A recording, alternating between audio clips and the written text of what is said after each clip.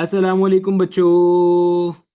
तो मेरा बेटा हम नम्स के पास पेपर सॉल्व कर रहे थे और आज हम डिस्कस करने जा रहे हैं 2022 का पेपर 2022 का पेपर। एज यूजुअल मेरा बेटा जो भी कुछ मैं यहाँ पे लिखूंगा उसका पीडीएफ आप डिस्क्रिप्शन से डाउनलोड कर सकते हो।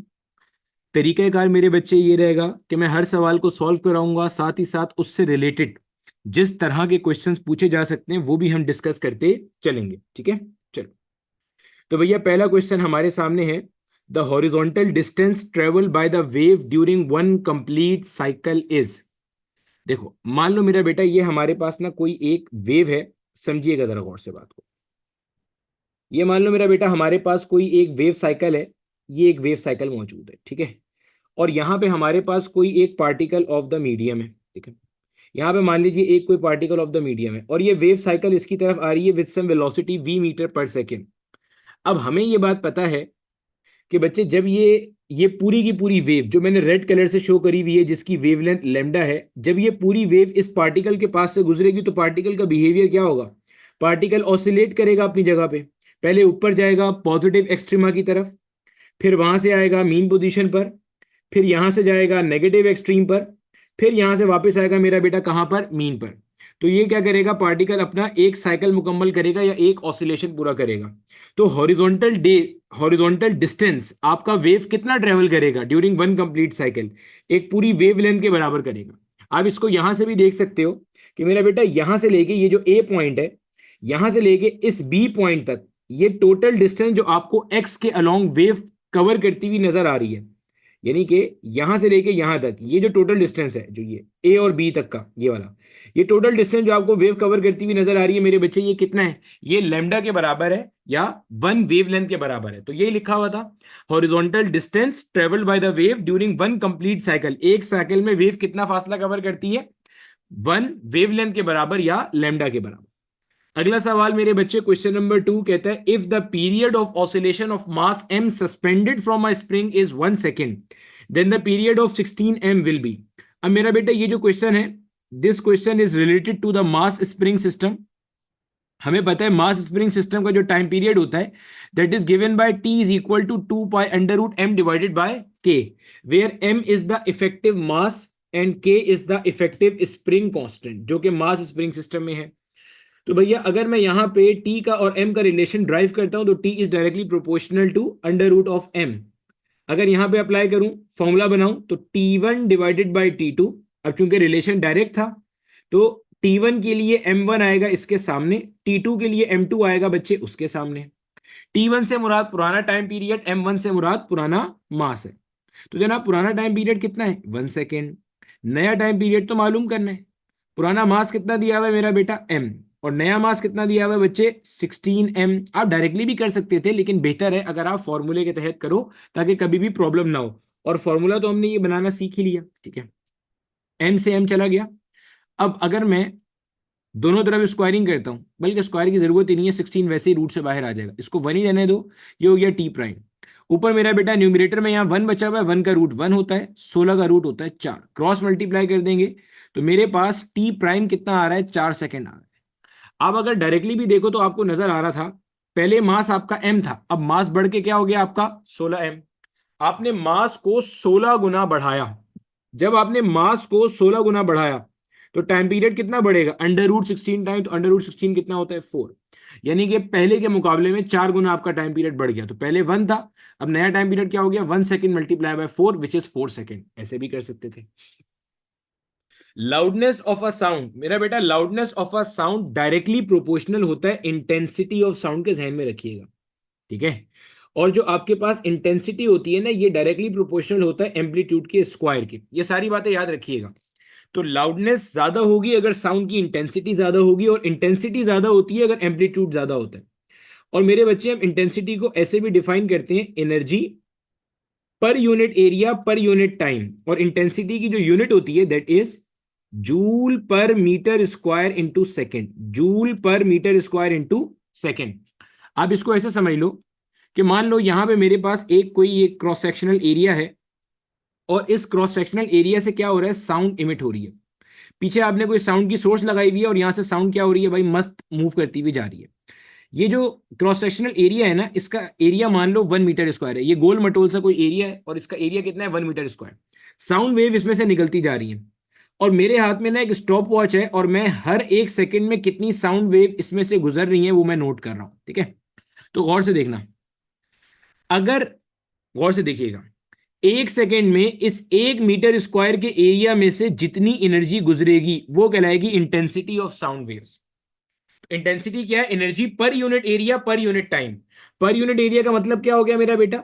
1 मीटर स्क्वायर के एरिया में से 1 सेकेंड में। सर साउंड को आप एनर्जी क्यों कह रहे हैं? क्योंकि मेरा बेटा वेव बेसिकली एनर्जी को ही तो ट्रांसपोर्ट करता है।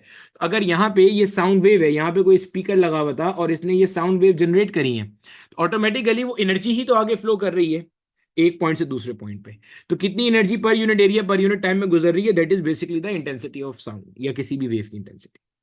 कहता है the increase in the speed of sound in air for each degree rise above 0 degree Celsius. तो भैया इसका आंसर है 0.61 मीटर पर सेकेंड, इसका मशहूर जमाना formula. Velocity at any temperature T degree Celsius is equal to V nought, यानी कि velocity at 0 degree Celsius plus 0.61 multiply by T. ये फॉर्मूला आपको Punjab board, KPK board, National Book Foundation सबकी किताब में लिखा मिल जाएगा।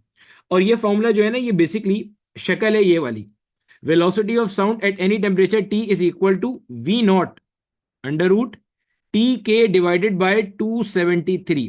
बच्चे मैं एक चीज आपको फिर से क्लैरिफाई कर दूं, मैं यहां पे पास पेपर सॉल्व कर रहा हूं तो कोशिश करता हूं कि जितनी मैक्सिमम पुरानी चीजें रिवाइज हो सकें वो कर दूं, बट स्टिल ये मेरा बेटा पास पेपर्स का सॉल्यूशन है, ये मैं टॉपिक नहीं पढ़ा रहा। अगर आप देखोगे तो मैंने वेलोसिटी ऑफ साउंड पे 1.5 घंटे का एक डिटेल लेक्चर ऑलरेडी अपलोड किया हुआ है, जिसमें ये फॉर्मूला कहां से आया, कैसे आया, क्यों आया, एक एक पैरामीटर डिफाइन और ड्राइव किया हुआ है, ठीक है। बाकी डिटेल लेक्चर मजीद भी चल रहे हैं, वक्त के साथ साथ आते जाएंगे। Question number 5, as it is NUMS 2023 से कॉपी हुआ है, सॉरी 2022 से कॉपी होकर 23 में गया था, ठीक है, 22 तो पहले हुआ होगा। फर्स्ट लॉ ऑफ थर्मोडायनेमिक्स किस पे बेस करता है? तो मेरा बेटा first law of thermodynamics base करता है law of conservation of energy पे। इक्वेशन भी देख लो भाई, Q is equal to delta U plus W. भैया आप जितनी भी हीट एनर्जी प्रोवाइड करोगे सिस्टम को, वो दो कामों में जाएगी, changing the internal energy and doing work. आगे, the thermodynamic process during which the pressure is kept constant. तो भैया आपके पास बिल्कुल सिमिलर क्वेश्चन नम्स 2023 का था, अगर आप नोट करोगे बिल्कुल सेम क्वेश्चन 2023 का था, बस उसमें था क्या, उसमें आइसोकोरिक प्रोसेस पूछा हुआ था। ये कौन से प्रोसेस की बात हो रही है? आइसोबैरिक प्रोसेस की बात हो रही है। अब देखो, जो मैं आपको पास्ट पेपर सॉल्व कराता हूं ना, वो आपको हेल्प कैसे करेंगे या वो हेल्पफुल कैसे है, इस बात को समझो। आप में से जिसने नम्स 2023 का पास पेपर देखा है, उसमें पहला ही सवाल ये आइसोकोरिक प्रोसेस से रिलेटेड था। वहां मैंने समझाते हुए आइसोबैरिक प्रोसेस को एक्सप्लेन किया था। अब देखो यहां पे ये आया हुआ है, तो एक ही पेपर सॉल्व करने से आपके मल्टीपल कॉन्सेप्ट्स रिवाइज होते हैं। तो thermodynamic process during which the pressure is kept constant, ये कौन सा होता है भाई? आइसोबैरिक प्रोसेस होता है। याद कैसे रखेंगे? बैरोमीटर से याद रखेंगे। बैरोमीटर क्या है भाई? बैरोमीटर एक डिवाइस है जिसका काम होता है प्रेशर को नापना, प्रेशर को मेजर करना। और बार, वैसे आपस की बात है, बार एक यूनिट भी होता है, प्रेशर को मेजर करने का एक यूनिट है, ठीक है। कभी कभार इसकी इक्वेशन पूछ लेता है, तो भाई आइसोबैरिक प्रोसेस की इक्वेशन है P is equal to constant where P is representing what? The pressure. कभी कभार ये इक्वेशन ऐसे भी पूछता है P इंटू वी की पावर 0 इज कॉन्स्टेंट। भैया V है वॉल्यूम, अब वॉल्यूम तो कॉन्स्टेंट नहीं है, तो वॉल्यूम को आपने क्या कर दिया? 0 कर दिया, ठीक है। मतलब वॉल्यूम की पावर 0 हो गई ना, और अपने को ये बात पता है कि किसी भी चीज पे अगर पावर 0 हो जाए तो इसका मतलब क्या है मेरे बच्चे? 1 है, सही। आगे आ जाइए। Energy stored in a capacitor, तो भैया energy stored in a capacitor क्या होता है? या तो मेरा बेटा हाफ क्यू वी के बराबर होता है, या अगर आप क्यू की जगह पे इसका फॉर्मूला पुट कर देंगे, क्यू बराबर होता है सी टाइम्स ऑफ वी के, और ये वी आ गया, तो ये हो जाएगा आपके पास half C V square. This is the energy stored in capacitor. जहन में रखिएगा, बिल्कुल ऐसे ही आपके पास एनर्जी स्टोर्ड इन इंडक्टर का भी क्वेश्चन आ सकता है। Half L I square, L से मुराद self inductance of the coil है, आई से मुराद करंट है, ठीक है। इंडक्टर जो है वो मैग्नेटिक फील्ड में एनर्जी स्टोर करता है, और कैपेसिटर जो है वो इलेक्ट्रिकल फील्ड में एनर्जी स्टोर करता है। इलेक्ट्रिक फील्ड इंटेंसिटी का कॉन्सेप्ट पूछा है, तो इलेक्ट्रिक फील्ड इंटेंसिटी इज मेरा बेटा फोर्स पर यूनिट चार्ज, ठीक है। बाकी सारे तो वैसे ही बेकार में दिए हुए। तो E is equal to F by Q, और इसकी यूनिट भी कभी कभार पूछ लेता है, तो न्यूटन पर कूलम इसकी यूनिट होती है, या वोल्ट पर मीटर भी इसकी यूनिट होती है। इसी तरह से मेरा बेटा जो न्यूटन है, न्यूटन की जगह पे आप जूल पर मीटर भी लिख सकते हैं, और कूलम आ गया एज इट इज। ये मैंने क्या किया भैया, ये न्यूटन की जगह पे मैंने लिख दिया जूल पर मीटर, और कूलम का कूलम आ गया एज इट इज। सर ये कैसे किया आपने? भैया ऐसे किया कि मेरे पास वर्क डन का फॉर्मूला मुझे पता है क्या होता है, एफ इंटू डी होता है। यूनिट में लेके जाओ, वर्क डन की यूनिट क्या है, जूल है। एफ की यूनिट क्या है, न्यूटन है। डी की यूनिट क्या है, मीटर है। तो न्यूटन किसके बराबर आ रहा है, जूल पर मीटर। तो जूल पर मीटर मेरा बेटा ये पूरी चीज आपके पास आई है न्यूटन के बराबर, या न्यूटन की जगह पे। तो जूल पर मीटर कूलम भी हो गया, सही हो गया। ये भी हमारे पास एक इसकी यूनिट हैगी। और ये सारी की सारी आपकी यूनिट कौन सी हैं, ये सारी यूनिट आपके पास मेरे बच्चे एसआई यूनिट है, सही है, बस इक्विवेलेंट यूनिट्स है। It stores electrical potential energy, तो कंडक्टर तो एनर्जी स्टोर नहीं करता, इंडक्टर मैग्नेटिक फील्ड में करता है, कैपेसिटर करता है मेरे बच्चे इलेक्ट्रिकल पोटेंशियल एनर्जी को स्टोर प्लेट्स के बीच में चार्ज के ट्रांसफर की मदद से, ठीक है, जिसका फॉर्मूला ऊपर पड़ा है। 10 पे कहता है magnitude of current in metals is proportional to the applied voltage as long as the temperature of the conductor is constant. भैया ये स्टेटमेंट आपके पास है ओम्स लॉ की, हमने ये स्टेटमेंट पढ़ी है, I is directly proportional to V. किसी भी कंडक्टर से जो करंट फ्लो कर रहा है वो डायरेक्टली और लीनियरली प्रोपोर्शनल है अप्लाइड पोटेंशियल डिफरेंस से। दो बातें हैं यहां पे ध्यान में रखिएगा मेरा बेटा। डायरेक्ट प्रोपोर्शन का मतलब होता है आमने सामने लिखना, जैसे आई न्यूमरेटर में वी भी न्यूमरेटर में, वी बढ़ेगा तो आई बढ़ेगा, ये हो गया डायरेक्ट। लीनियर का मतलब ये है कि जो वी पे पावर वन है तो आई पे पावर भी क्या है, वन है। ये लाजमी कंडीशन है ओम्स लॉ की। जैसे फॉर इंस्टेंस अगर मैं आपको कहता हूं कि यार एक कोई डिवाइस है, वो ये इक्वेशन फॉलो करती है I directly proportional to V square, क्या ये ओमिक डिवाइस है? तो आप बोलोगे मेरा बेटा ये नॉन ओमिक डिवाइस है। हालांकि अगर आप देखो तो इस डिवाइस के अंदर जिसकी मैं बात कर रहा हूं, इस डिवाइस के अंदर भी अगर आप v बढ़ाओगे तो i बढ़ेगा, लेकिन स्टिल ये नॉन ओमिक डिवाइस है, क्योंकि इसमें i v पर लीनियरली डिपेंड नहीं कर रहा, i v के स्क्वायर पर डिपेंड कर रहा है। आप लोगों ने ये बात पढ़ी होगी ना कि ओम्स लॉ का ग्राफ स्ट्रेट लाइन होता है, उसमें यही basically behind the scene concept है कि दोनों के ऊपर पावर वन वन होती है। यानी करंट जो अप्लाइड पोटेंशियल डिफरेंस पे डिपेंड करता है वो लीनियरली करता है। लीनियर का मतलब पावर वन पावर वन। तो ये बात ध्यान में रखिएगा, बहुत सारे बच्चों को ये वाला बेसिक कॉन्सेप्ट नहीं पता होता, ठीक है, ये ध्यान में रखिएगा कि अगर आई वी पे अदर देन वन किसी और पावर पे डिपेंड कर रहा है, लीनियर पावर नहीं है, लीनियर मतलब दोनों पे पावर सेम होनी चाहिए, नहीं है तो अल्टीमेटली वो नॉन ओमिक डिवाइस हो जाएगा, ठीक है। तो ये आपके पास हो गया ओम्स लॉ का स्टेटमेंट, सही। बाकी इसने ये क्यों लिखा हुआ है as long as the temperature of the metal is constant, वजह ये है कि जो आपका मेटल होता है, जो भी आपका मेटेलिक कंडक्टर होता है उसकी रेजिस्टेंस टेम्परेचर पे डिपेंडेंट होती है। और हमें यह बात पता है कि अगर किसी मेटेलिक कंडक्टर का टेम्परेचर आप कांस्टेंट रखोगे तभी जाके उसकी रेजिस्टेंस क्या रहेगी, कांस्टेंट रहेगी। और रेजिस्टेंस का कांस्टेंट होना ओम्स लॉ के अप्लाई करने के लिए बुनियादी कंडीशंस में से है। तो temperature should be constant for a metallic conductor if you want to apply Ohm's law. चलो आगे आ भी गया। The resistance of pure metal increases with the increase in temperature. ध्यान में रखिएगा जो मेरा बेटा आपका प्योर मेटल होता है या मेटेलिक कंडक्टर होते हैं उसमें आर और टी का रिलेशन डायरेक्ट होता है, और इनके लिए अल्फा जो होता है वो पॉजिटिव होता है। Alpha is temperature coefficient of resistance. अब ऐसा होता क्यों है ये भी समझ लीजिए। मान लो मेरा बेटा ये हमारे पास एक अदद है कंडक्टर, समझिएगा।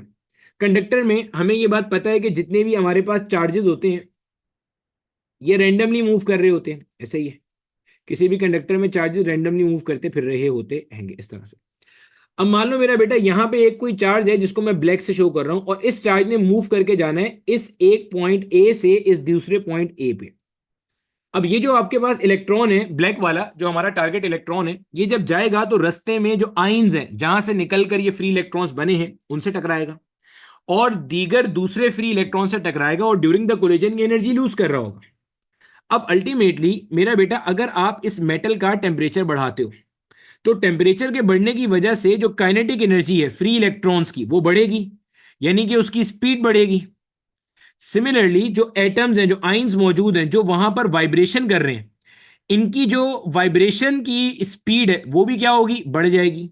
यानी कि ये जो हमारा मासूम इलेक्ट्रॉन है, ये वाला इलेक्ट्रॉन जिसने यहां तक जाना है, ये पहले के मुकाबले में ज्यादा कोलिजन्स करेगा, या कह लो कि ज्यादा बार टकराएगा। अरे भैया जब ये एक इलेक्ट्रॉन एक एंड से दूसरे एंड पे जा रहा था तो रास्ते में टकराता हुआ जाएगा ना। तो अगर स्पीड बढ़ जाएगी आने वाले इलेक्ट्रॉन की भी और पहले से मौजूद फ्री इलेक्ट्रॉन्स की भी, और आइंस की भी स्पीड बढ़ जाएगी, तो पहले के मुकाबले में टकराने के चांसेस भी क्या होंगे, बढ़ जाएंगे। तो ऑटोमेटिकली आपकी रेजिस्टेंस क्या होगी, बढ़ जाएगी। तो दिस इज द रीजन कि R is directly proportional to T in pure metallic conductors. हाँ, अगर यही आपके पास मेटालॉइड्स होते, मेटालॉइड्स मतलब जो आपके पास सेमीकंडक्टर्स होते हैं, कार्बन, सिलिकॉन, जर्मेनियम वगैरह, इसमें आर और टी का रिलेशन इनवर्स होता है, और इसके लिए जो अल्फा होता है वो नेगेटिव होता है। कई दफा ये वाला सवाल भी पूछा जा चुका है, क्योंकि वहां पे बॉन्ड टूटने का चक्कर होता है। खैर, अगला सवाल कहता है the magnetic field inside the carrying conductor wire varies. तो भैया इसके लिए थोड़ी सी मैं आपको डेरिवेशन कराऊंगा। वैसे ये डायरेक्टली करता है, ध्यान में रखिएगा। अगर आपके पास कोई एक करंट कैरिंग कंडक्टर है, ये मान लो मेरा बेटा आपके पास एक कोई करंट कैरिंग कंडक्टर है, अच्छे से समझिएगा जरा। डेरिवेशन तो हम किसी और पेज पे करेंगे, लेकिन फिलहाल सिर्फ एक कॉन्सेप्ट आपको समझाना है, पहले वो कॉन्सेप्ट देख लो। ये इधर आ जाए।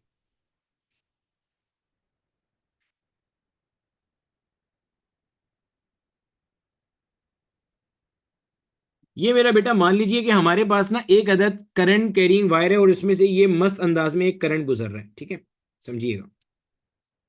अब मैं आपको यहां पे ना दो पॉइंट्स बना के दिखाता हूं। एक पॉइंट ये ए पॉइंट है, एक पॉइंट मान लीजिए ये बी पॉइंट है। अब गौर से देखो, अगर मुझे इन दोनों पॉइंट के ऊपर मैग्नेटिक फील्ड निकालनी है, तो इन दोनों पॉइंट्स के अंदर खास बात क्या है, खासुल खास बात यह है कि ए पॉइंट आपका जो है ना, ए पॉइंट आपके पास है inside the current carrying conductor, और जो मेरा बेटा हमारे पास बी पॉइंट है, this point is lying outside the current carrying conductor. जब तक आप करंट कैरिंग कंडक्टर के अंदर हो, तब तक मेरा बेटा आपके पास B directly proportional to R है। जब आप बाहर आ जाते हो, तब आपके पास B inversely proportional to R हो जाती है। और ये जो बाहर वाली है, ये तो मेरा बेटा हमने पढ़ी हुई है as per Biot and Savart equation. Biot and Savart का जो हमारा लॉ है, उसके अकॉर्डेंस में हमने ये बात ऑलरेडी पढ़ी हुई है, ठीक है। जो long current carrying conductor wire के लिए हमारा लॉ है, B is equal to mu not I divided by 2 pi R. तो B is inversely proportional to R. अब अंदर के लिए डायरेक्टली प्रोपोर्शनल कैसे, वो मैं आपको बता देता हूं मेरे बच्चे, किस तरह से। अब देखो मेरा बेटा, अगर आप में से किसी ने ये एक्सप्लेनेशन टैब में डेरिवेशन नहीं देखनी, तो आप 5-8 मिनट बाद वीडियो स्किप करके आगे देख सकते हो, कोई दिक्कत नहीं है, ठीक है। अब देखो भैया, हमने करना क्या है, हमने ये देखना है कि किस तरीके से हमारे पास जो magnetic field inside the current carrying conductor है, वो directly proportional to the distance from the current है, ठीक है, करंट कैरिंग वायर। अब ये है मेरा बेटा हमारा करंट कैरिंग कंडक्टर, हम जिसके अंदर खड़े हुए हैं, ठीक है, और हमें इस ए पॉइंट के ऊपर मैग्नेटिक फील्ड निकालनी है। मैं क्या करूंगा मेरा बेटा, मैं यूज करूंगा अपना एम्पेयर्स लॉ। एम्पेयर्स लॉ हमें याद है, किसी भी पॉइंट पे निकालने के लिए था। एम्पेयर्स लॉ आपके पास क्या था, sigma B dot delta L. मैं स्ट्रिक्टली आपको यही कहूंगा, अगर आपने एम्पेयर्स लॉ अच्छे से पढ़ा हुआ है तो आप ये डेरिवेशन देखें, वरना आपको डेरिवेशन समझने में होगी मुश्किल। अगर आपने एम्पेयर्स लॉ क्लियर किया हुआ है, तो आप देखें बड़े अच्छे से खूबसूरती से आपका कॉन्सेप्ट बनेगा भी, क्लियर भी होगा। ये है मेरा बेटा हमारा एम्पेयर्स लॉ। तो भैया जिस पॉइंट पे आपको मैग्नेटिक फील्ड निकालनी होती है, सबसे पहले उसको मेरा बच्चा हम क्या करते हैं, एक अदद एम्पीरियन लूप में लाए करा देते हैं। तो मेरा बेटा ये आ गया मेरे पास मेरा ग्रीन कलर का एम्पीरियन लूप, थोड़ा छोटा कर दिया जाए। ये आ गया मेरा बेटा मेरे पास मेरे ग्रीन कलर का एम्पीरियन लूप, इसी पॉइंट के ऊपर मैंने लाए करा दिया, ठीक हो गया। ये जिस पॉइंट पे मुझे मैग्नेटिक फील्ड चाहिए। अब मेरा बेटा अगर आप इसका टॉप व्यू देखोगे, तो आपको टॉप से मुराद ये कि आप यहां से देख रहे हो, ये ऑब्जर्वर है, आप यहां से देख रहे हो, ठीक है मेरे बच्चे। मैं भी इसको डायरेक्टली बता के आगे जा सकता हूँ, लेकिन वो एक हमारे अंदर एक प्रॉब्लम है ना, कि जब तक चीज अच्छे से ना हो जाए ना, तब तक हमें समझ में नहीं आता, ठीक है। मतलब मेरी ये प्रॉब्लम है, जाती प्रॉब्लम है ये, ठीक है। चलो देखो, ये मेरा बेटा जब आप इसको टॉप से देखोगे ना, तो आपको ये सूरत हाल कुछ ऐसी नजर आ रही होगी, ऐसे ही है। चलो समझ जाओ ना, बस ये दरमियान में ही है। यहां से जो करंट है ना, ये आपको आता हुआ नजर आ रहा है आउटवर्ड, ये करंट है, ये मैंने ऊपर से दिखाया है आपको, ठीक है। यहां से मैं दो डिस्टेंसेस भी मार्क कर देता हूं मेरा बेटा। ये डिस्टेंस यहां से लेके ये वाला जो डिस्टेंस है, ये वाला, ये कौन सा डिस्टेंस है, ये जो आपका मेन, ये जो आपका मेन कंडक्टर है ना मेरा बेटा, इसका जो रेडियस है उसको मैंने मान लिया कैपिटल आर है। जो मेरा बेटा ये जिस पॉइंट पर आपने निकालना है, ये जो आपका ए पॉइंट था, ये जो आपका ए पॉइंट था, इस पॉइंट पे आपने मैग्नेटिक फील्ड निकाल ली ना, यहां तक का रेडियस आपने मान लिया स्मॉल आर है। अब यहां पे जरा एक बात समझिएगा मेरा बेटा, आपके पास करंट फ्लो कर रहा है, आपके पास जो करंट है वो तो यहां भी फ्लो कर रहा है, यहां भी कर रहा है, यहां भी कर रहा है, करंट तो हर जगह फ्लो कर रहा है। भाई करंट क्या होता है मुझे बताओ जरा। करंट होता है मेरा बेटा rate of flow of charge, 1 second में कितना चार्ज किसी गिवन क्रॉस सेक्शन से जाता है। तो भैया इलेक्ट्रॉन यहां भी ऐसे जा रहा होगा, इलेक्ट्रॉन यहां भी जा रहा होगा, इलेक्ट्रॉन यहां भी जा रहा होगा, इलेक्ट्रॉन यहां भी जा रहा होगा।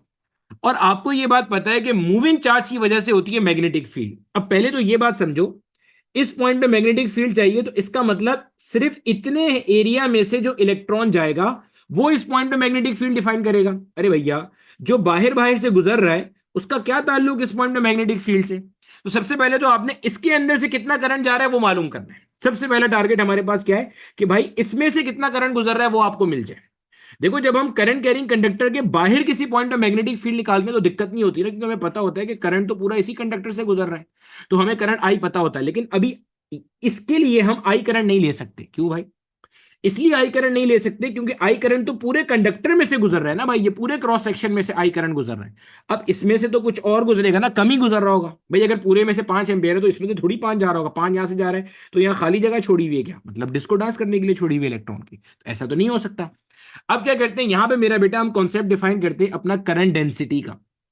करंट डेंसिटी क्या है? करंट पर यूनिट एरिया। मान लेते हैं टोटल करंट, भैया मान लेते हैं यहां से टोटल करंट कितना बाहर आ रहा है, आई। और पर यूनिट एरिया, ये जो आपके पास टोटल, ये जो क्रॉस सेक्शनल एरिया है, ये क्रॉस सेक्शनल एरिया आपके पास क्या हो जाएगा भैया? पाई आर स्क्वायर हो जाएगा। भैया कैपिटल आर आपके मेन कंडक्टर का क्रॉस सेक्शनल रेडियस है, ऐसे ही है, तो पाई आर स्क्वायर।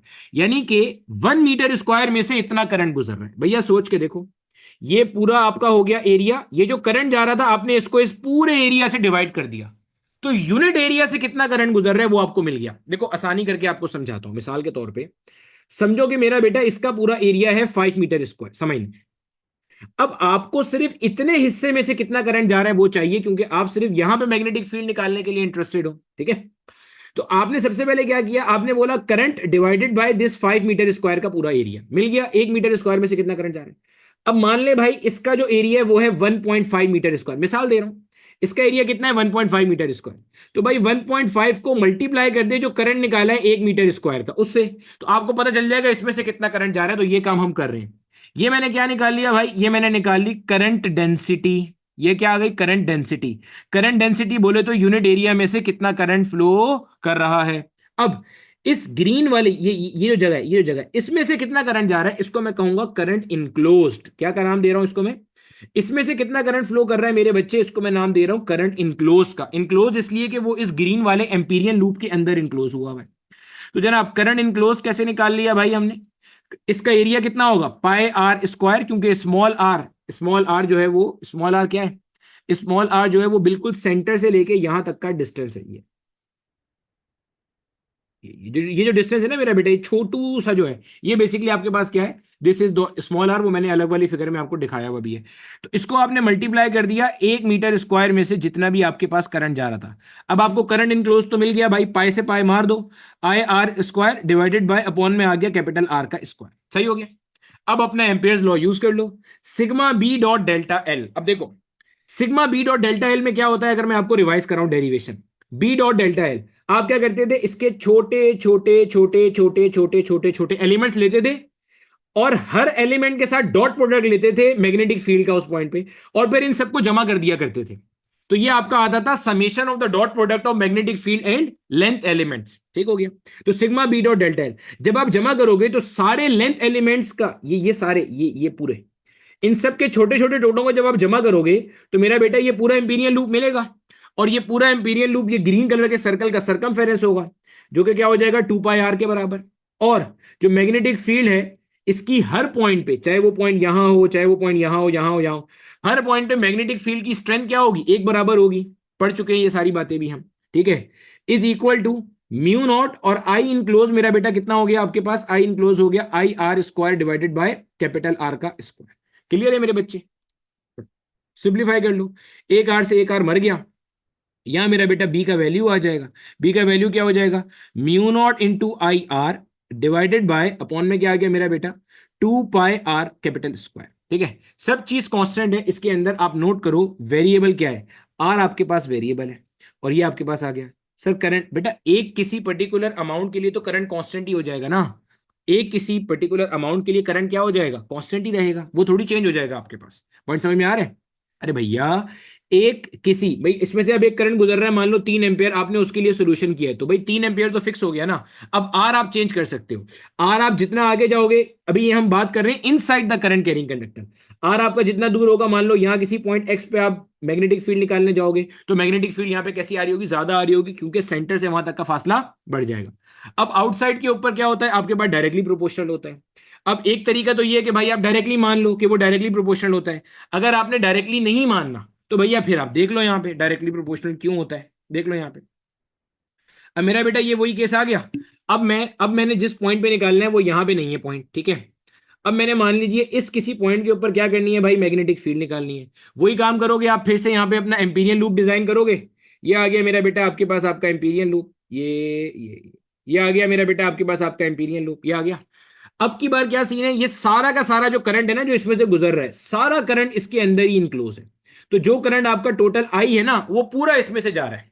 अब की बार आपको करंट डेंसिटी वेक्टर निकालने की जरूरत ही नहीं है भाई। अगर निकालना भी है तो कोई उसकी जरूरत इसलिए नहीं है क्योंकि उसकी कोई रीजन नहीं है। पॉइंट समझ में आ रहा है, वो यही आएगा आपके पास भाई, पूरा करंट ही इसके अंदर से फ्लो कर रहा है, तो कोई दिक्कत ही नहीं है आपको, ठीक है।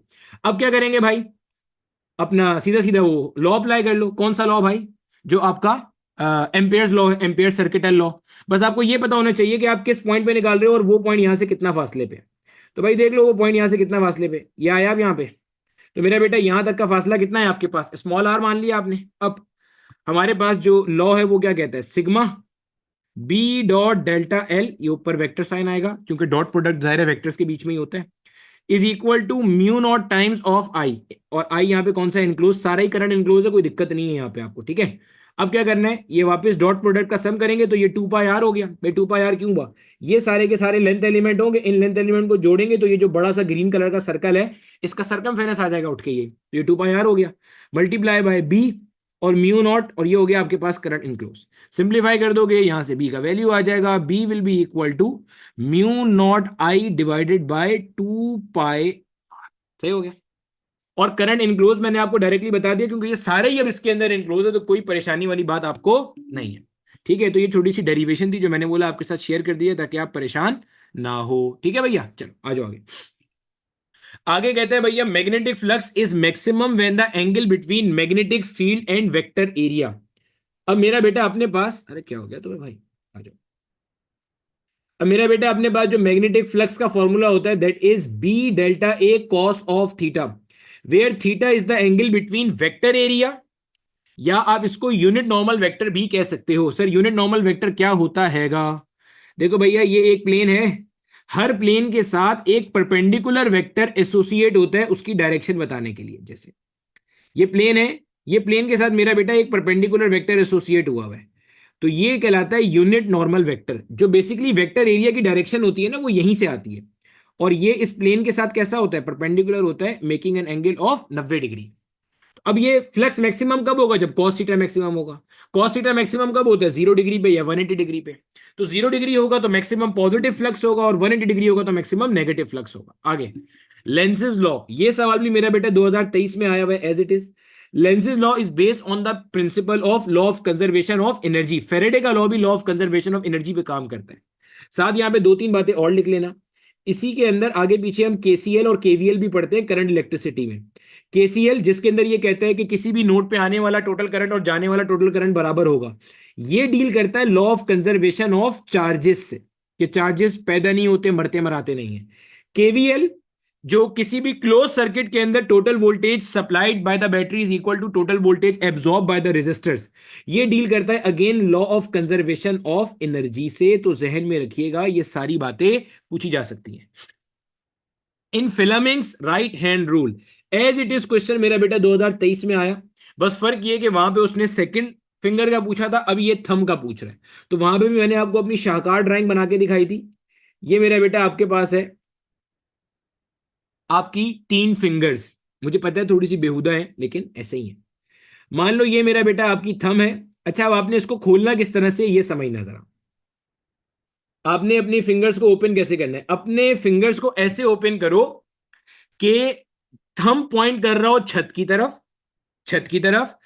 फर्स्ट फिंगर सामने दीवार में जा रही हो, दीवार आगे जो भी चीज रखी हुई उसमें जा रही हो। सेकंड फिंगर लेफ्ट साइड पे जा रही हो और बाकी दो फिंगर्स बंद हो, तो बंद होंगी तो आपकी तरफ पॉइंट कर रही होंगी। फिर सुनो, थंब जा रहा हो आपका छत की तरफ, फर्स्ट फिंगर जा रही हो सामने दीवार की तरफ, मिडिल फिंगर सेकंड फिंगर जा रही हो उल्टे हाथ की तरफ और बाकी दो फिंगर बंद हो यानी कि आपकी तरफ पॉइंट कर रही हो। तो मेरा बेटा ये सूरत हाल बन जाएगी जो आपके सामने बनी हुई है, ठीक है। सेकंड या इसको मिडिल फिंगर भी कहते हो आप। अब इसमें अगर आपने ये बनाने में कामयाब हो गए तो भैया ये है FBI। क्या है ये? FBI। एफ से मुराद मेरा बेटा फोर्स है, बी से मुराद मेरे पास मैग्नेटिक फील्ड है और आई से मुराद करंट है। जिस डायरेक्शन में पॉजिटिव चार्जेस फ्लो कर रहे हैं वो बेसिकली करंट का डायरेक्शन है या पॉजिटिव चार्जेस की वेलोसिटी का डायरेक्शन है, जैसे मर्जी आप समझ सकते हो इसे।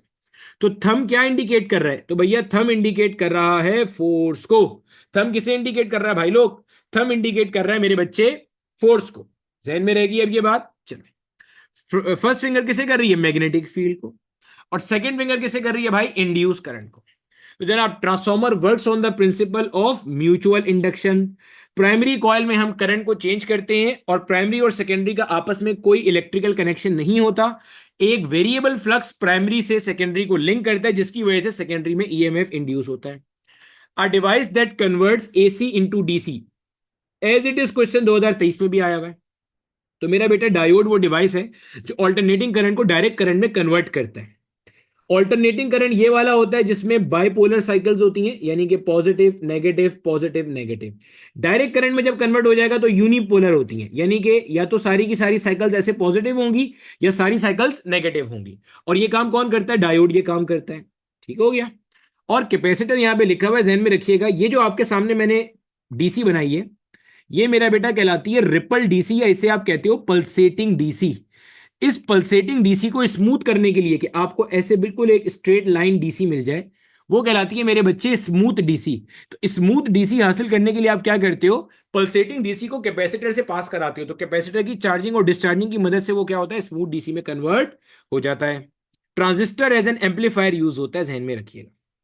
The conversion of alternating current into direct current, ये भी मेरा बेटा एज इट इज क्वेश्चन 2023 का छपा हुआ है। ऑल्टरनेटिंग करंट डायरेक्ट करंट में कन्वर्ट होता है, ये प्रोसेस क्या कहलाता है? रेक्टिफिकेशन। और जो डिवाइस ये काम करती है वो रेक्टिफायर है। तो diode is use as a rectifier in many circuits. For instance, आपने कोई भी ऐसी चीज देखी है जो कि डीसी पे चलती है, उसमें डायोड लाजमी मौजूद होगा। अच्छा जी। 1 GY इज इक्वल टू, अब ये मेरा बेटा इक्विवेलेंट डोज का सिंबल है। इक्विवेलेंट डोज क्या होती है? आपने कभी नोट किया होगा कि कुछ बीमारियां होती हैं जिसके अंदर जो है ना आपकी रेडिएशन थेरेपी होती है। सर रेडिएशन थेरेपी क्या होती है?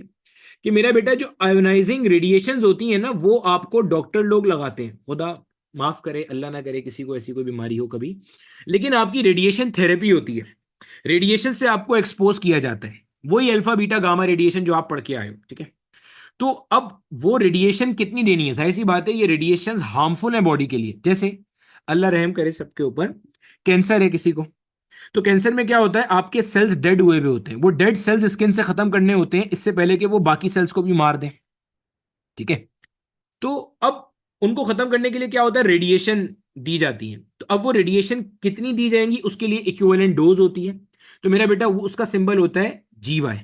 तो ये आपके पास होता है, इसका होता है 1 GY basically equal to 1 joule per kilogram. अब अगर किसी को कहा जाए कि आपको 10 GY दिया जा रहा है, इसका मतलब पर किलोग्राम के बॉडी स्ट्रक्चर पे 10 जूल की एनर्जी दी जा रही है रेडिएशन, आयोनाइजिंग रेडिएशन के थ्रू। कितनी एनर्जी दी जा रही है मेरा बेटा?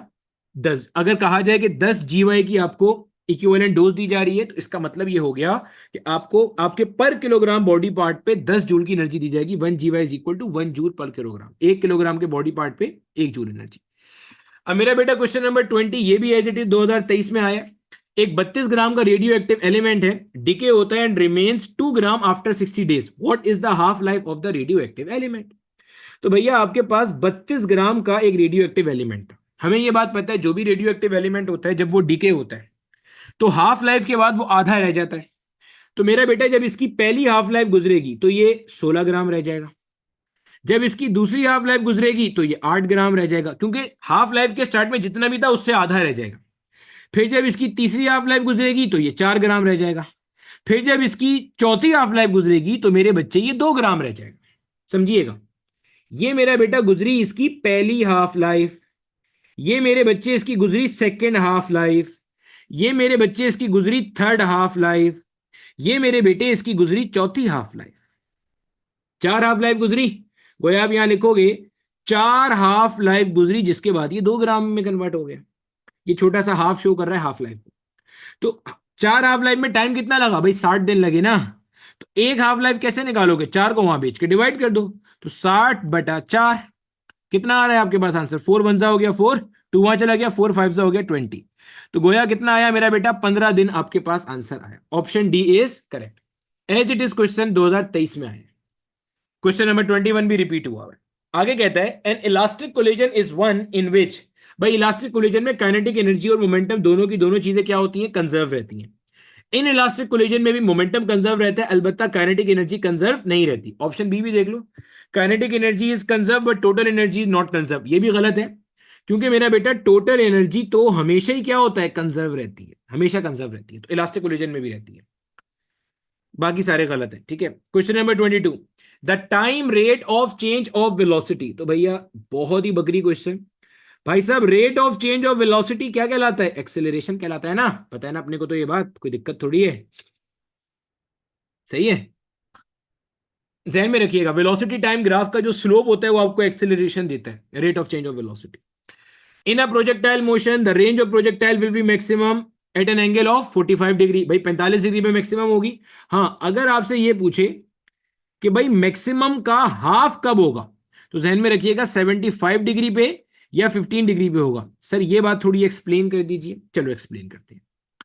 देखो भैया मान लो एक प्रोजेक्टाइल है जो किसी सर्टेन वेलोसिटी पे मैक्सिमम रेंज दे सकता है 300 मीटर, समझा रहा हूं सिर्फ मिसाल से। एक कोई प्रोजेक्टाइल है जो किसी भी एक सर्टेन वेलोसिटी पे मैक्सिमम रेंज देगा 300 मीटर, यानी कि 45 डिग्री पे अगर आप उसे लॉन्च कर दोगे। अगर आपको इसी सेम वेलोसिटी पे, भैया जिस वेलोसिटी पे आपने फायर किया, let's say the velocity is we, अगर आपको 150 मीटर की रेंज चाहिए उसी सेम वेलोसिटी पे, यानी कि सेम वेलोसिटी पे अगर आपको मैक्सिमम का हाफ रेंज चाहिए, तो क्या एंगल होगा वो बता रहा था। तो भैया एंगल होगा 15 डिग्री या 75 डिग्री, मैक्सिमम के हाफ रेंज के same velocity. Which of the following, ये सब इसलिए हो रहा है क्योंकि मेरा बेटा जो रेंज ऑफ प्रोजेक्टाइल है वो डिपेंड करती है किस पे, एंगल ऑफ प्रोजेक्शन पे। V0² upon G into sin 2 theta, where theta is the angle of projection. Which of the following is not true, इनमें से क्या चीज ट्रू नहीं है। Action and reaction have same nature, ये तो ट्रू है, क्योंकि जैसे आपके पास कूलम का लॉ है, एक चार्ज दूसरे चार्ज पे फोर्स लगा रहा है तो दूसरा चार्ज पहले चार्ज पे फोर्स लगा रहा है, दोनों इलेक्ट्रोस्टैटिक फोर्सेस लगा रहे हैं, तो एक्शन और रिएक्शन की नेचर तो सेम होती है, एक जैसी फोर्स होती है। एक्शन एंड रिएक्शन है सेम लाइन ऑफ एक्शन, ये बात भी बिल्कुल सही है। भैया मान लो ये एक चार्ज है, ये दूसरा चार्ज है, इन दोनों को जो लाइन ज्वाइन कर रही होती है ना, ये फोर्स इसी लाइन के अलोंग एक्ट करती है। आप कभी न्यूटन का थर्ड लॉ पढ़ना, उसमें ये लाइन लिखी होती है अक्सर कि the line joining the two bodies, इसके अलोंग एक्शन रिएक्शन एक्ट कर रहे हैं। Action and reaction never act on the same body, बिल्कुल सही बात है ये भी। भाई ये अगर बॉडी 1 है, ये अगर बॉडी 2 है, तो भैया बॉडी 1 2 पे फोर्स लगा रहा है और बॉडी 2 1 पे फोर्स लगा रहा है, तो 1 की फोर्स 2 पे लग रही है, 2 की फोर्स 1 पे लग रही है, तो सेम बॉडी पे थोड़ी लग रही है। एक्शन एक बॉडी पे हो रहा है, भैया देखो 1 वाले ने अपना फोर्स लगाया 2 पे, 2 ने लगाया 1 पे, समझ आ गई। एक्शन और रिएक्शन सेम बॉडी पे थोड़ी हुआ। आपने दीवार पे मुक्का मारा, आपने दीवार पे फोर्स लगाई, दीवार ने आपके हाथ पे फोर्स लगाई, ये थोड़ी है आपने दीवार पे मुक्का मारा, दीवार ने भी अपने आप को मुक्का मार दिया, not possible. Action and reaction can cancel each other, कभी भी ये नहीं हो सकता, क्योंकि सेम बॉडी पे फोर्स ही नहीं लगती। अब देखो मेरा बेटा अगला सवाल, question number 25, two buses are moving at 100 kilometre per hour and 80 kilometre per hour respectively cross each other while moving in the opposite direction, velocity of one bus relative to the other bus is. अब समझिएगा जरा, देखो मेरा बेटा ये मान लीजिए आपके पास एक बस है, बस नंबर B1, ये मान लीजिए आपके पास एक बस है, बस नंबर B2। बस नंबर B1 ऐसे आ रही है भाई 100 किलोमीटर पर आवर की रफ्तार से, बस नंबर B2 भैया ऐसे आ रही है 80 किलोमीटर पर आवर की रफ्तार से। आपको क्या निकालना है, आपको निकालना है रिलेटिव वेलोसिटी। जब कभी भी दो ऑब्जेक्ट ऑपोजिट डायरेक्शन में आ रहे होते हैं, ऑपोजिट डायरेक्शन में आ रहे हैं ना, B2 B1 की तरफ आ रहा है, B1 B2 की तरफ आ रहा है, तो रिलेटिव वेलोसिटी कैसे आती है, आप दोनों की वेलोसिटीज को सीधा सीधा ऐड कर देते हो। तो क्या आंसर आएगा भाई, 180 किलोमीटर पर आवर। हो गया आंसर आपके पास, ये रहा। अगर यही मेरा बेटा सेम डायरेक्शन में होते तो आप माइनस करते, ठीक है। 100 - 80 / 20 किलोमीटर पर आवर बनता। ठीक हो गया, क्लियर हो गया। Question number 26। अच्छा, ये लाजमी नहीं है एक दूसरे की तरफ आ रहे हो, ऐसा भी हो सकता था कि B1 ऐसे जा रहा होता और B2 ऐसे जा रहा होता। मतलब जब कभी भी दोनों बॉडीज की डायरेक्शन ओपोजिट शिफ्ट में होगी तो आप ग्राउंड के फ्रेम से जब भी देखोगे तो वेलोसिटी क्या हो रही होगी, ऐड हो रही होगी, नेट वेलोसिटी या रिजल्टेंट वेलोसिटी, या एक की वेलोसिटी दूसरे के रिस्पेक्ट में। यानी कि इसको यूं भी समझ सकते हो, ये 80 किलोमीटर पर आवर से जा रहे हैं, ये 100 से आ रहे हैं।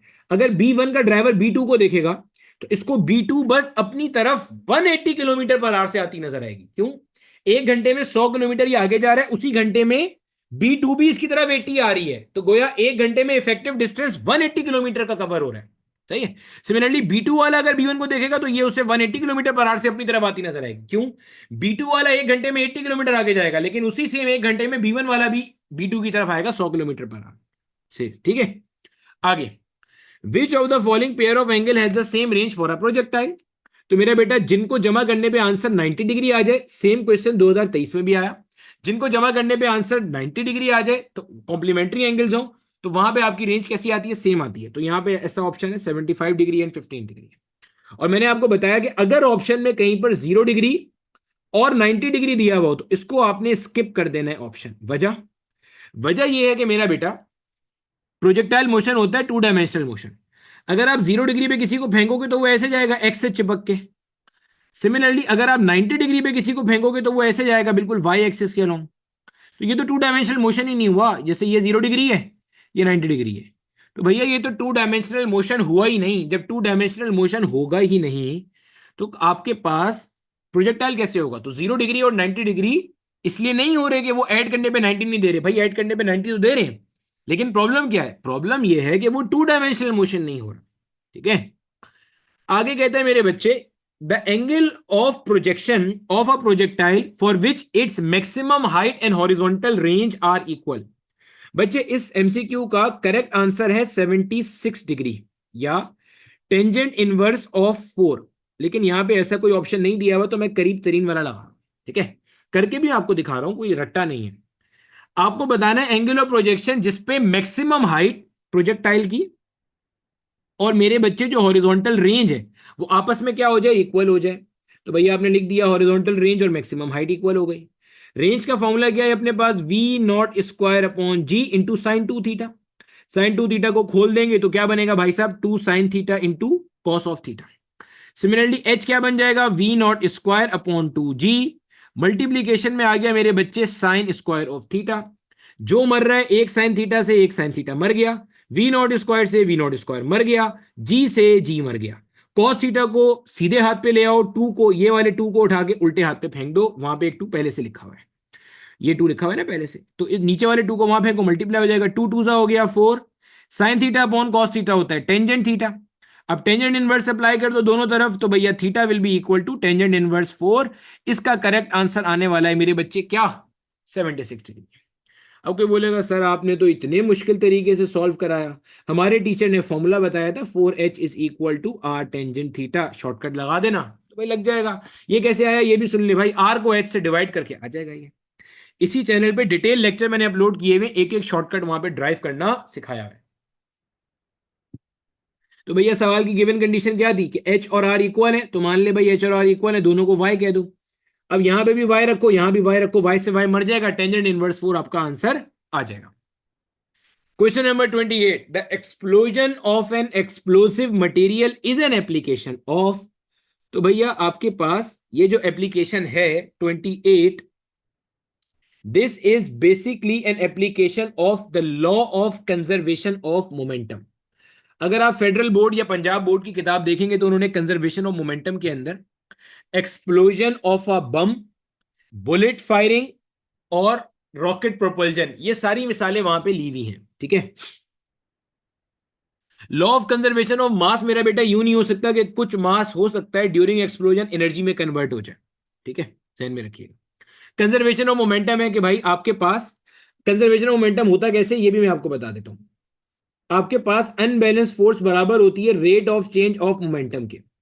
जब आपके पास बुलेट फायर होती है या जब आपके पास कोई बम एक्सप्लोड करता है या कोई भी चीज एक्सप्लोड करती है, अल्लाह ना करे, तो वहां पे मेरे बच्चे अनबैलेंस फोर्स जीरो होती है, सारी फोर्सेस बैलेंस कंडीशन में होती है। सही है, क्योंकि इंटरनल फोर्सेस होती है सारी, एक्सटर्नल फोर्सेस तो कोई होती है भाई, बम फटता है तो इंटरनल फोर्सेस होती है ना जिसकी वजह से बम फटता है। तो अनबैलेंस फोर्सेस क्या होती हैं? जीरो होती हैं। तो जब अनबैलेंस फोर्स जीरो हो जाएगी तो मेरा बेटा चेंज इन मोमेंटम भी क्या होगा? जीरो हो जाएगा। और चेंज इन मोमेंटम जीरो का मतलब क्या है? Initial momentum will be equal to final momentum. इसके ऊपर भी पूरा एक सवा घंटे का लेक्चर है, उसमें इतने बेहतरीन क्वेश्चन इसके मैंने कराए हुए इसी चैनल पे मौजूद है। तो initial momentum is equal to final momentum, और ये किसकी स्टेटमेंट है? Law of conservation of momentum की। एक हॉर्स पावर बराबर होता है मेरा बेटा 746 वॉट के। ये जो वॉट है ये बेसिकली एसआई के अंदर है। सिमिलरली अगर आपसे एफपीएस में कन्वर्जन पूछेगा तो एक हॉर्स पावर बराबर होता है 550 पाउंड फिट पर सेकंड के, पाउंड फिट पर सेकंड के। ये मेरा बेटा एफपीएस के अंदर है। एफपीएस में ये पावर की यूनिट है पाउंड फिट पर सेकंड। भैया पावर क्या होती है? पावर होती है वर्क डन पर यूनिट टाइम। भाई साहब वर्क डन को खोलेंगे तो क्या बनेगा? एफ इंटू एस अपॉन में आ गया टी। तो फोर्स की यूनिट एफपीएस में होती है पाउंड, जो एस से मुराद डिस्टेंस है, डिस्टेंस की यूनिट होती है फिट या फुट, और टी से मुराद क्या है? टाइम है, और टाइम की यूनिट क्या है? सेकंड। तो पाउंड फिट पर सेकंड। आगे, the product of force and velocity. लो भैया फिर से पावर का क्वेश्चन आ गया। भाई साहब पावर का फॉर्मूला अभी पढ़ा था, वर्क डन पर यूनिट टाइम। खोल लो भाई से, एफ डॉट एस और अपॉन में क्या आ गया? टी आ गया ना भैया। ये जो आपको एस बटे में टी लिखा नजर आ रहा है ये क्या है? वेलोसिटी है। क्या बन गया? F dot V. तो फोर्स और वेलोसिटी का डॉट प्रोडक्ट क्या है भाई साहब? पावर है। 1 kilowatt hour is equal to, as it is question 2023 में आया, निकालना भी सिखाया था मैंने भाई, फिर देख लो। 1 किलोवाट आवर कितने जूल्स के बराबर है? तो भाई देखो, किलो का मतलब क्या होता है? 10 पावर 3, तो ये हो गया 10 पावर 3, और आगे वॉट आ गया एज इट इज मेरे बच्चे, मल्टीप्लाई बाय। आर का मतलब क्या होता है भैया? आर का मतलब होता है 3600 सेकेंड्स। कैसे निकाला सर ये आपने? ये आपको कैसे पता चला? भैया 1 घंटे में होते हैं 60 मिनट और हर मिनट में होते हैं 60 सेकेंड। तो 60 × 60 will give you 3600 second. Simple हो गया। वॉट सेकेंड मेरा बेटा जूल के बराबर होता है। भाई पावर किसके बराबर थी? वर्क डन पर यूनिट टाइम। अगर वर्क डन का फॉर्मूला निकालूं तो क्या बनेगा? पावर इंटू टाइम, ऐसे ही बनेगा ना भाई लोग। अब क्या करेंगे? वर्क डन की यूनिट जूल, पावर की यूनिट वॉट, टाइम की यूनिट सेकंड। तो 1 joule is equal to 1 watt into second. सही है। अब सिंप्लीफाई कर लेंगे तो 3600 मल्टीप्लाई बाय 10⁻³ वॉट सेकंड क्या है भाई? वॉट सेकंड तो जूल के बराबर है। अब इसको मैं लिख सकता हूं 36 × 10⁻² इंटू 10⁻³ ये हो जाएगा 3.6 × 10⁻1 इंटू 10⁻5। भैया ये समझते जाना, बेसिक मैथ चल रही है। भाई डेसिमल यहां था, जब ये डेसिमल यहां पे आएगा, भाई जब डेसिमल 6 से सीधे हाथ पे था, अब जब 6 के उल्टे हाथ पे आएगा, डेसिमल लेफ्ट पे गया, जब भी डेसिमल लेफ्ट पे जाएगा पावर पॉजिटिव आती है। डेसिमल कितना लेफ्ट पे गया? एक प्लेस लेफ्ट में गया, जब एक प्लेस लेफ्ट में जाएगा तो पावर एक पॉजिटिव आएगी, तो मैंने यहां लिख दिया +1। ऐड कर लीजिए तो क्या बन जाएगा भाई साहब? 3.6 × 10⁻6 जूल्स, यानी कि बन जाएगा 3.6 मेगा जूल्स। 3.6 mega joule. सही हो गया भैया। तो 31 का ऑप्शन बी इज करेक्ट। आगे, the amount of work done in moving a body at a certain point in a gravitational field to a position of zero potential such that the body is never accelerated. समझना मेरा बात। ये मान लो मेरा बेटा हमारे पास है अर्थ का सरफेस। सही, अर्थ का सरफेस। अर्थ के सरफेस पे कोई बॉडी मौजूद है। The amount of work done in moving a body from certain point, ये एट नहीं है, ये ऐड नहीं है भाई, ये होगा फ्रॉम। अब पता नहीं ये हमारे टाइपिस्ट की गलती है या सवाल बनाने वालों की गलती है। The amount of work done in moving a body from certain point in a gravitational field. आप इसको लेके निकले यहां से और चले गए चले गए चले गए चले गए चले गए चले गए चले गए, इतना दूर चले गए भाई कि वो आप आ गए बिल्कुल फील्ड के बाहर आ गए, यानी कि जीरो पोटेंशियल पॉइंट पे आ गए। जीरो पोटेंशियल पॉइंट पर उठ करके आ गए। तो मेरे बच्चे जब आप जीरो पोटेंशियल पॉइंट पर उठ करके आ गए, अब जो आपको काम करना पड़ा ये क्या कहलाता है? एब्सोल्यूट ग्रेविटेशनल पोटेंशियल एनर्जी कहलाता है। ध्यान में रखिएगा ये बात। पोटेंशियल एनर्जी mgh के बराबर नहीं होती जो आज तक आपने पढ़ी है, ठीक है। चलो, अभी क्योंकि आपका पेपर है इसलिए ज्यादा कंफ्यूज नहीं करता, परेशान नहीं होना। ये मान लो मेरा बेटा अगर अर्थ का सरफेस है, हम मान के चलते हैं कि अर्थ के सरफेस का रेफरेंस पोटेंशियल जीरो है। जब आप ये मान के चलते हो ना कि अर्थ के सरफेस का रेफरेंस पोटेंशियल जीरो है, तब जाके ये बात ठीक होती है कि हाँ भाई, अगर अर्थ के सरफेस से किसी बॉडी ने एक एच हाइट डिस्टेंस कवर किया है, तो इस पॉइंट पे जो पोटेंशियल एनर्जी होगी ये mgh के बराबर होगी। ये तब सही होती है जब आप अर्थ के सरफेस का पोटेंशियल लेके चलते हो, कितना है, जीरो। अदरवाइज जो एक्चुअल कॉन्सेप्ट है वो एब्सोल्यूट ग्रेविटेशनल पोटेंशियल एनर्जी की डेरिवेशन में। और आगे जुमला देखो क्या लिखा हुआ है, सच that the body is never accelerated. वजह इसलिए कि नेवर एक्सेलरेटेड का मतलब है the body should move with a constant velocity, क्योंकि अगर आप कांस्टेंट वेलोसिटी से किसी बॉडी को उठा रहे हो तो जितना work done against the field कर रहे हो वो बॉडी में स्टोर हो रहा है in the form of gravitational potential energy. लेकिन अगर आपने एक्सेलरेट भी करना शुरू कर दिया तो गोया आप बॉडी में जितना काम कर रहे हो वो दो कामों में जा रहा है, work done against the gravitational field और साथ ही साथ changing the kinetic energy of the body, या चेंज या increasing the velocity of the body, जैसे मर्जी समझ लो, ध्यान में रखेंगे। क्वेश्चन नंबर 33 भी रिपीटेड क्वेश्चन है। If the speed of the body is double तो काइनेटिक एनर्जी क्या हो जाएगी, तो भाई देख ले। मान लेते हैं पहले काइनेटिक एनर्जी थी हाफ एम वी स्क्वायर। अब मेरा बेटा आपको काइनेटिक एनर्जी निकालनी है, नई काइनेटिक एनर्जी। पहले स्पीड वी थी, अब स्पीड कितनी हो गई है, स्पीड हो गई है 2v। तो करके देख लो, सही है, करके देख लेते हैं भाई, कोई दिक्कत थोड़ी है यहाँ पे। आप बोलोगे भाई नई काइनेटिक एनर्जी हो जाएगी हाफ एम नई वाली स्पीड का स्क्वायर। तो भैया नई वाली स्पीड आपके पास कितनी है, 2v है ना भाई, यही कहा है ना इसने, काइनेट स्पीड ऑफ द बॉडी कितना हो गया, speed of the body is doubled, तो 2v का स्क्वायर हो गया। सिंप्लीफाई कर लो भाई, हाफ एम तो 2v का स्क्वायर कितना हो गया, 4v का स्क्वायर। सिंप्लीफाई कर ले भाई, तो 2 2 हो गया। देखो भाई 2mv स्क्वायर कोई ऑप्शन ऐसा है, तो 2mv स्क्वायर ऐसा ऑप्शन नंबर बी अपने पास मौजूद हैगा। बगरी क्वेश्चन था, कोई दिक्कत नहीं।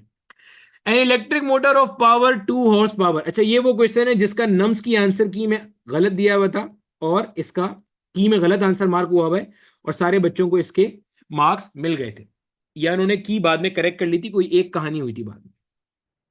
An electric motor of power 2 HP is installed in industrial unit, it's power is, बस सिंपल आपने उसको एचपी से वॉट में कन्वर्ट करना है। और इतने कोई बेवकूफ लोग हैं, अभी ऊपर भी एक सवाल दिया था इस तरह का और फिर एक सवाल दे दिया। अच्छी बात है, आप लोगों का फायदा हो जाएगा। इजी सवाल। तो भाई एक एचपी 746 वॉट है, तो 2 HP कितना हो जाएगा भाई, 746 को 2 से मल्टीप्लाई कर देंगे उठा के भाई, सिंपल। तो 2 6 क्या होता है 12, 2 आया 1 चला गया, 4 2 8 प्लस 1 हो गया 9, 4 7 क्या हो गया 14। तो 1492 वॉट इसका करेक्ट आंसर आ रहा हैगा। आगे 1 रेडियन लो भैया, अपने को ये बात पता है कि हमारे पास जो पाई रेडियन है, जो अपने पास पाई रेडियन है, ये मेरा बेटा किसके बराबर है, 180 डिग्री के बराबर है। अब अगर मुझे 1 रेडियन की बात करनी हो तो भैया 1 रेडियन निकालने के लिए दोनों तरफ पाई से डिवाइड कर देंगे। तो 180 डिवाइडेड बाय पाई, पाई का वैल्यू 3.142, आंसर आता है 57.3 डिग्री। इसी तरीके से 1 डिग्री का निकालना होता है, दोनों तरफ 180 से डिवाइड करते, तो पाई डिवाइड बाय 180 आता 0.01745। तो ये भी पूछ सकता है कि 1 डिग्री में 0.0145 रेडियन हैंगे। तो ये आंसर आ गया इसका।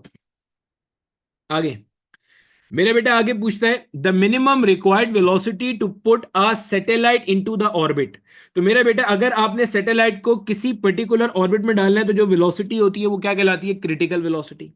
अगर आपने अर्थ की ग्रेविटेशनल फील्ड से बिल्कुल बाहर फेंकना है कि वो वापस ही ना आ सके तो वो कहलाती है मेरे बच्चे एस्केप वेलोसिटी। दोनों में फर्क है। टर्मिनल वेलोसिटी तो जब कोई बॉडी ऊपर से नीचे फॉल करती है और आपका ड्रैग फोर्स और वेट बराबर हो जाता है, या drag force plus the upthrust weight के बराबर हो जाता है, और बॉडी ऊपर से नीचे आ रही होती है जीरो एक्सेलरेशन के साथ, जब इसके ऊपर अनबैलेंस फोर्स जीरो लग रही होती है, वो होती है टर्मिनल वेलोसिटी विस्कस मीडियम में। एवरेज वेलोसिटी तो भाई जो एवरेज वेलोसिटी है total displacement upon total time से आ रही है। आगे कहते हैं rotating wheel concedes 12 revolution in 4 second, find the average angular velocity. भैया एक रोटेटिंग व्हील जो है ना, ये बेसिकली यहां पे आना चाहिए, कॉन्साइड नहीं होगा, ये कंप्लीट्स होगा, ठीक है।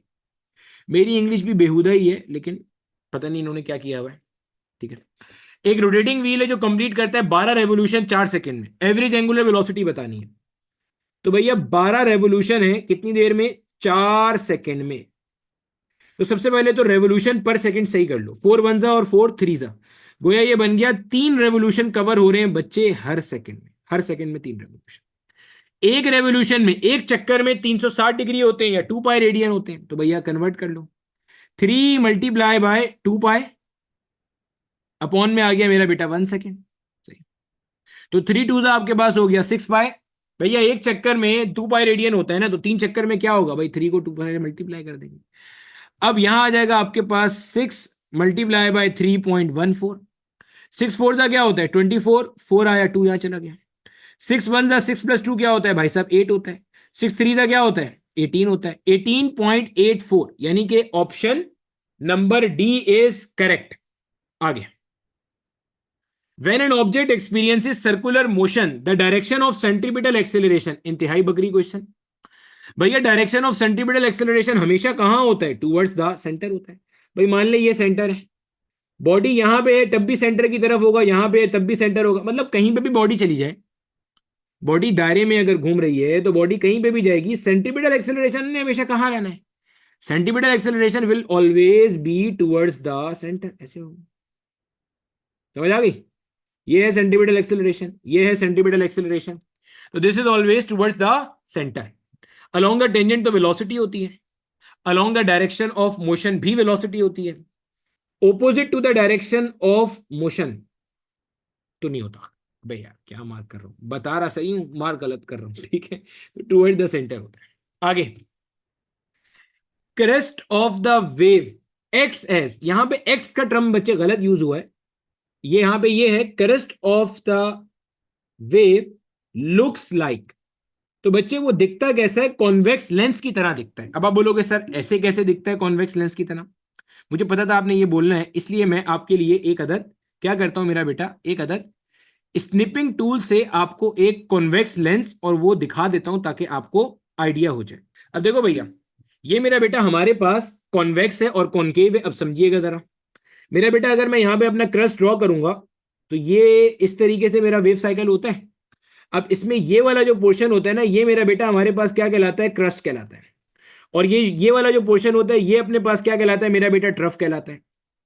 अब आप इसको अगर देखते हो, आपने जब भी आपसे पूछा जाए ना ये सवाल कि आपसे ये वाला पोर्शन वेव का क्या दिखता है, ये लुक्स लाइक है क्वेश्चन बेसिकली, ठीक है, क्योंकि ये क्वेश्चन एक और यूनिवर्सिटी में ही पहले पूछा गया था, तो वहां से छापा मारा है क्वेश्चन का, इसलिए मुझे पता है ये क्वेश्चन। तो बच्चे आपने हमेशा वेव के ऊपर बैठ के देखना है। तो आप जब वेव के ऊपर बैठ के यहां से इसको देखोगे, तो ये देखो कॉन्वेक्स को देखो और इसको देखो, आपको ये कॉन्वेक्स वाला पोर्शन नजर आ रहा है, हमेशा ऊपर से देखना है। इसको भी अगर आपको पूछता ट्रफ को देखना है तो भाई ट्रफ के ऊपर बैठ के देख लेते, यहां से बैठ के देख ले, वेव के ऊपर से बैठ के देखना है, ठीक है।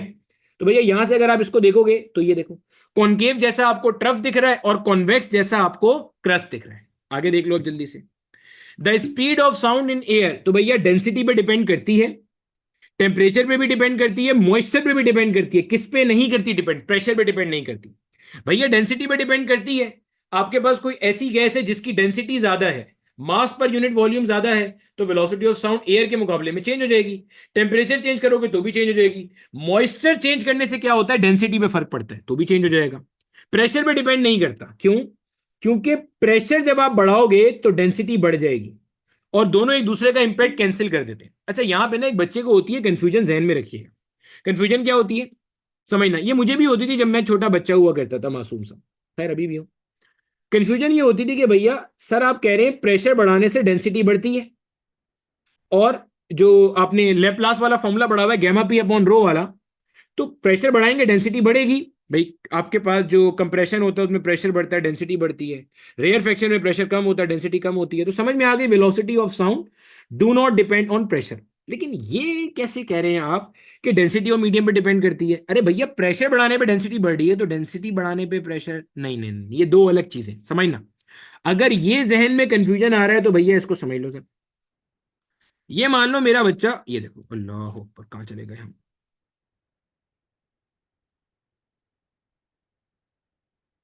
चलो आगे, चलो देखो मेरा बेटा, ये मान लो मेरा बेटा मेरे पास ना दो कमरे हैं, समझिएगा दो कमरे हैं। एक कमरे में मैंने एयर को एज ए मीडियम यूज किया हुआ है, एक कमरे में मैंने कोई और गैस यूज करी हुई है, कोई भी गैस है, बस इस गैस की जो डेंसिटी है ना वो एयर के मुकाबले में क्या है भाई साहब, ज्यादा है। अब यहां पे इस केस में कहा जा रहा है कि वेलोसिटी डिपेंड करती है मीडियम पर, सही है, मीडियम की डेंसिटी पे। यहां पे मेरा बेटा वेलोसिटी कुछ और होगी और यहां पे मेरे बच्चे वेलोसिटी कुछ और होगी। ये नहीं कहा जा रहा कि एक ही मीडियम की आप डेंसिटी बढ़ा रहे हो, समझ आ गई है, ये दो अलग अलग मीडियम की बात चल रही है। यानी कि एक मीडियम था जिसकी डेंसिटी कुछ और थी, एक मीडियम है जिसकी डेंसिटी कुछ और है। तो वेलोसिटी मेरे बच्चे आपके पास क्या होगी, चेंज होती चली जा रही। क्लियर हो गया। डेंसिटी जितनी बढ़ाते जाओगे वेलोसिटी उतनी कम होती जाएगी, क्योंकि डेंसिटी बढ़ने का मतलब क्या है कि मॉलिक्यूल मोटे मोटे हो गए। अरे भैया, साउंड कैसे प्रोपेगेट करती है, आपके पास पार्टिकल ऑफ द मीडियम आगे जाता है, दूसरे को स्ट्राइक करता है, अपनी एनर्जी इसको देता है, फिर ये आगे जाता है, ये दूसरे को देता है। पॉइंट समझ में आ रहा है, ये ऐसे वाइब्रेट करते हैं। अब अगर किसी मीडियम की डेंसिटी ज्यादा है तो इसका मतलब मास पर यूनिट वॉल्यूम ज्यादा होगा। आपके पास पार्टिकल मोटे मोटे हैं, ज्यादा मॉलिक्यूलर मास है उनका, वो आगे मर मर के जाएंगे, तो साउंड भी आहिस्ता आहिस्ता प्रोपेगेट करेगी। तो यही वजह है ना, V is equal to gamma P divided by rho. आप फॉर्मूला पढ़ते हो तो V is inversely proportional to the density of the medium. जिस मीडियम की डेंसिटी ज्यादा होगी वहां पे वेलोसिटी एयर के मुकाबले में क्या हो जाएगी, कम हो जाएगी। तो भैया ये था हमारे पास 2022 का पेपर। उम्मीद है आपने एंजॉय किया होगा और अच्छे अच्छे कॉन्सेप्ट सीखे होंगे।